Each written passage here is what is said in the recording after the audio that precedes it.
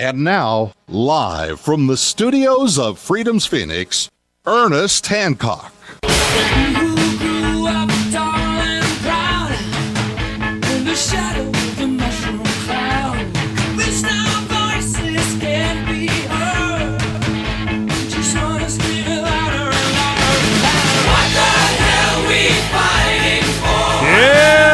Fighting for here on Declare Your Independence of me, Ernest Hancock. How about some truth, justice, and what used to be the American way, where the heck that was?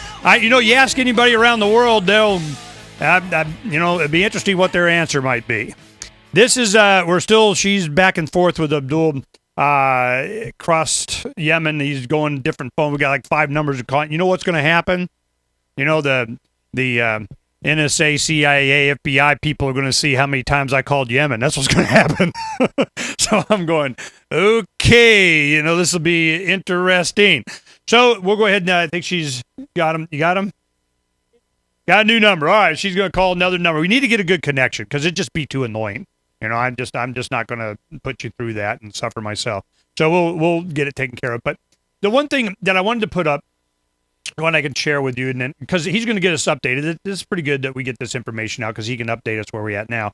Last week, about a week ago, that night on May 29th, protesters in Taiz began reporting that the Republican Guard were using snipers to target unarmed protesters in Freedom Square, and that tanks and bulldozers were making their way towards the square. By morning, there were confirmed reports that the Republican Guard burned and bulldozed all the tents in Freedom Square, and at least 20 disabled or elderly men were too slow to escape and were burned or crushed to death.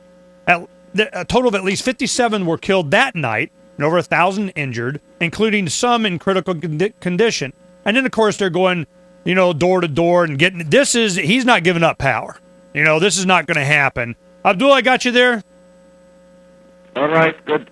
Okay, a little bit better. Let's go ahead and tell us where we're at right now. Who is in charge of the country and what is going on? Are they still purging the people or going around killing them door to door? What's going on?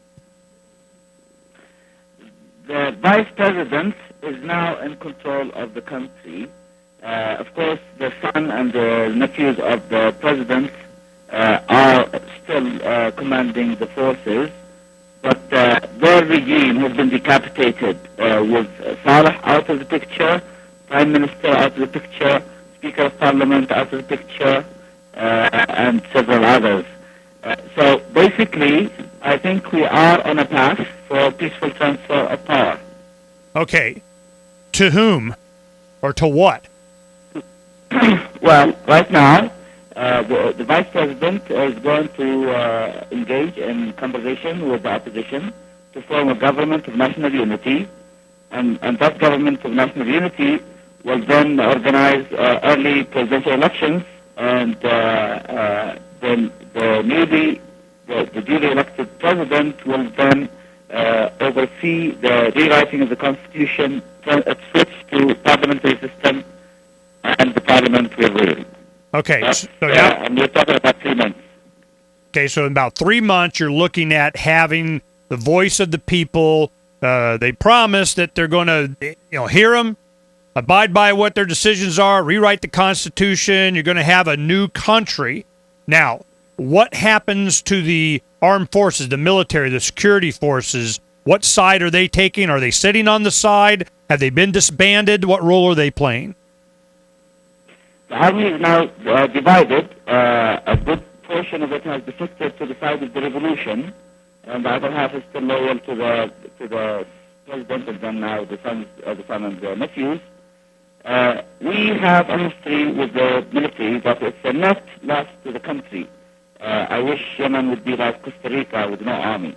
Right now, the best we could hope for is that we can keep the army out of politics, neutralize it by political agreement, so that the people can go on with the business of building a state. Okay, so there is still an army. Part of the army is siding. They're kind of, hedging their bets here. We got, some of them over here with the people and some of them over there with the previous people. And is there still conflict? Is there still fighting going on? Are people still dying? In Sana'a, the fighting has stopped. There was quite a bit of fighting in the past 2 weeks between a tribal strongman, Sheikh Sabit al-Ahmar, and the president's army. But that has stopped, and there's a ceasefire in effect. In Taiz, the mayhem continues with the Republican Guards, the president's army, still going after the people, actually firing cannon and tank shells into the peaceful protesters' square. It's a horrible situation. But militias, tribal militias, came to support the peaceful protesters, and they have engaged the army, and they are about to take over the city. So the people, I'm wondering, are the people armed? How are they resisting? Every Yemeni has not every Yemeni, but most Yemenis have rifles and machine guns at home, but they have decided to leave their guns at home and go and protest peacefully. And it's an amazing situation. I was on the square, in the protest square today in Sana'a, with tribesmen from Marib, who they acquired their first rifle when they reached puberty, and they were traveling with the rifle all the time. And now I see them protesting peacefully for four months, for almost 120 days, and not wanting to go back and pick up the rifle. It's an amazing situation. Now, how is this impacting the other Arabic countries of the region? How are they looking at this? What are they thinking? Well, people never believed in people power in the Middle East. Tunisia triggered the ambition of people power.